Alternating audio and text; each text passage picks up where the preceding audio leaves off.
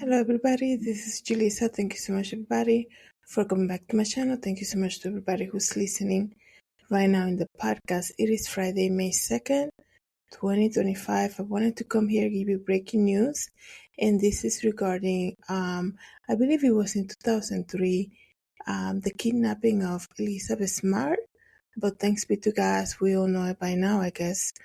She was found safe, and I'm going to tell you something that's happening right now. It's something that happened earlier today regarding one of her kidnappers, okay? Before I continue, of course, I want to say thank you so much to everybody who's listening using Spotify. Don't forget to follow me there.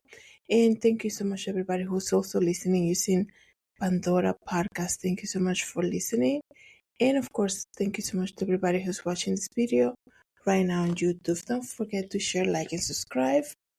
But I wanted to come and share this story because I think Elizabeth Smart, you know, I remember sharing her story and praying for her safe recovery.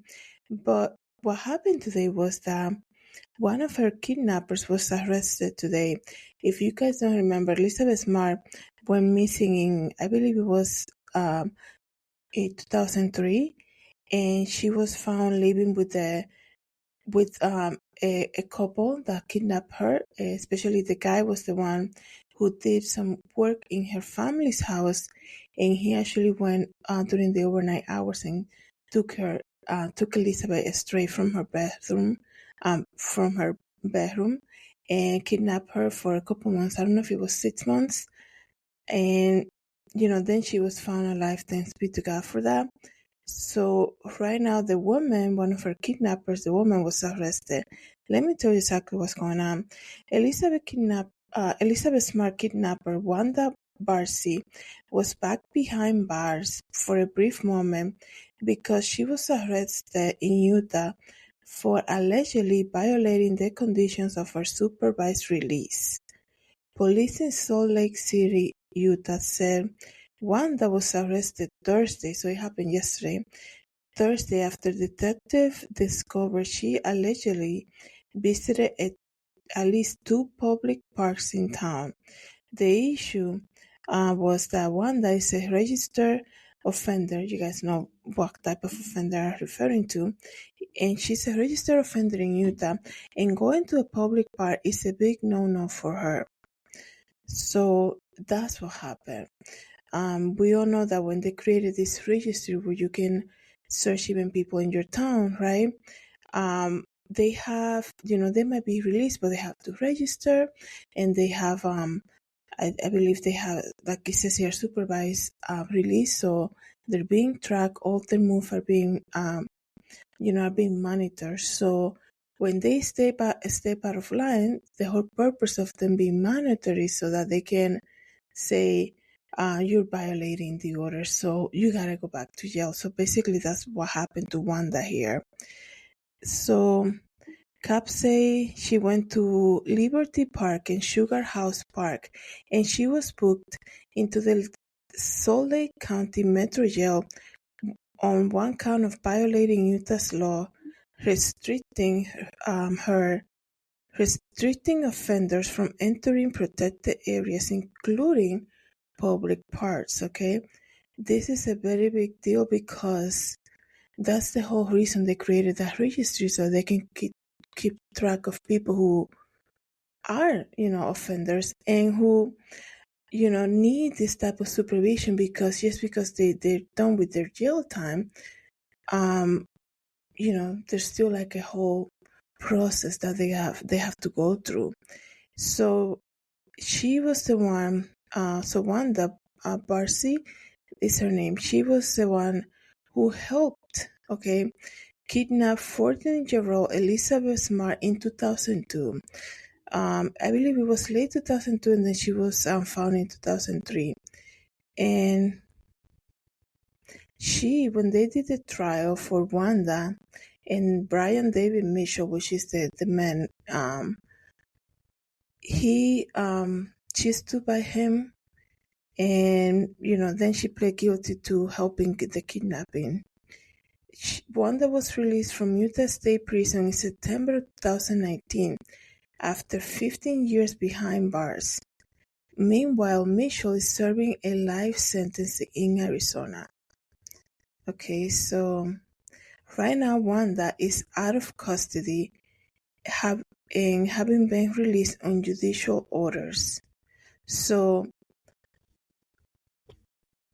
I'm glad that they're keeping track of her, because one thing we know is with this type of people, I'm not saying that people I'm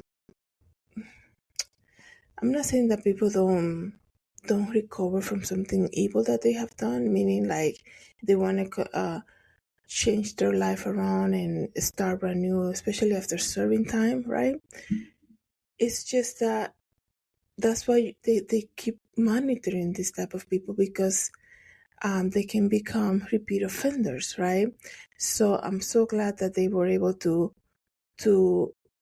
monitor that the system is working well, right? At least, in her case, and they were able to track her down and put her in jail immediately, right?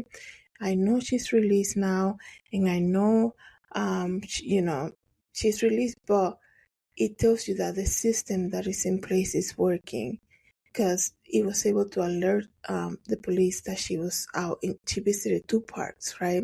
And she was immediately booked into the jail. So let me just tell you something regarding Elizabeth Smart, right? It's so crazy how things work, because earlier today, okay, I found out right here in YouTube, I found out that America Most Wanted they're doing new shows about, like John Walsh, the host of America Most Wanted, that TV show, right? They're kind of like redoing the show once again. Now he has his other son there, right? And I was thinking to myself, oh my goodness, that used to be one of my favorite shows. And I found it on YouTube and I watched like 2 episodes of it.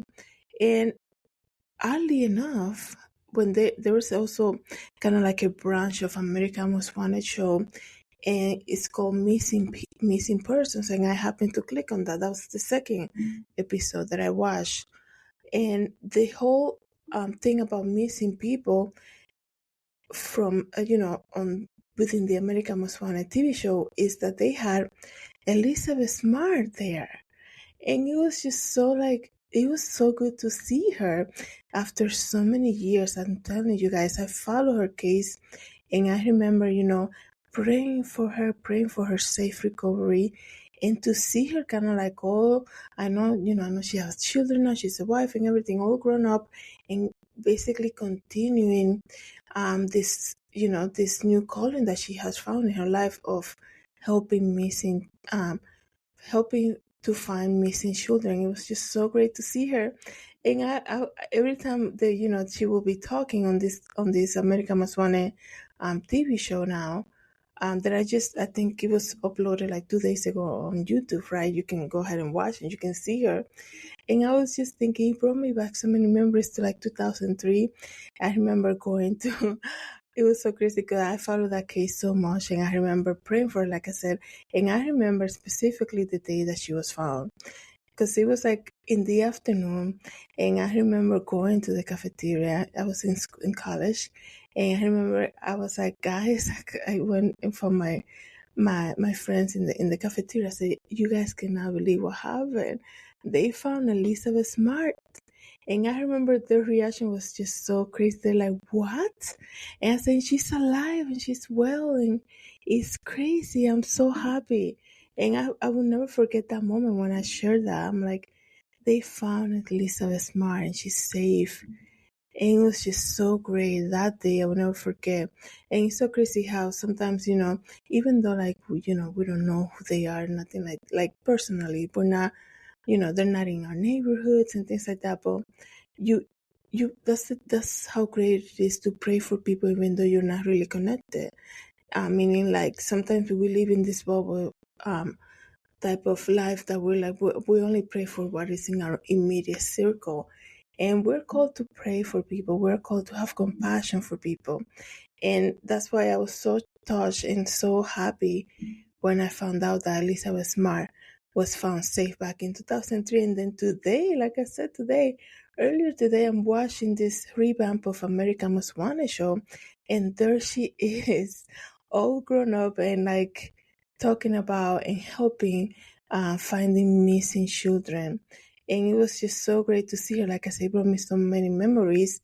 And then later today, I see that she's back in the news and she's trending because one of her kidnappers, Wanda, like I just read to you guys, was arrested because she visited two parks and she was not allowed to do that.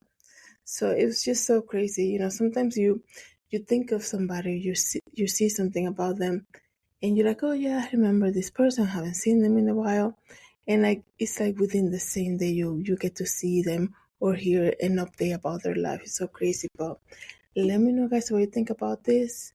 And thank you so much, everybody, for coming back to my channel. Thank you so much for listening in the podcast. Have a good day, everybody. God bless.